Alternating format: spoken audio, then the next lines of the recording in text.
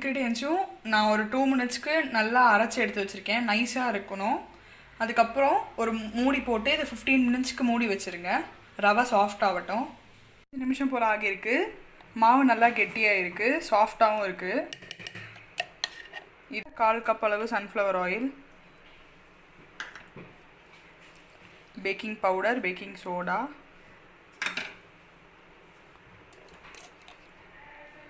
கொஞ்சமாக vanilla essence, 1 spoon vanilla essence, 1 teaspoon vinegar. உங்கள்கிட்ட vinegar இல்லைன்னா நீங்கள் பாதி லெமனை ஸ்க்வீஸ் பண்ணிக்கலாம், ஒன்றும் பிரச்சனை இல்லை. இப்போது இது எல்லாத்தையும் 1 மினிட்க்கு கிரைண்ட் பண்ணிக்கோங்க. மாவை 2 பாதியாக பிரித்து எடுத்துக்கிறேன்.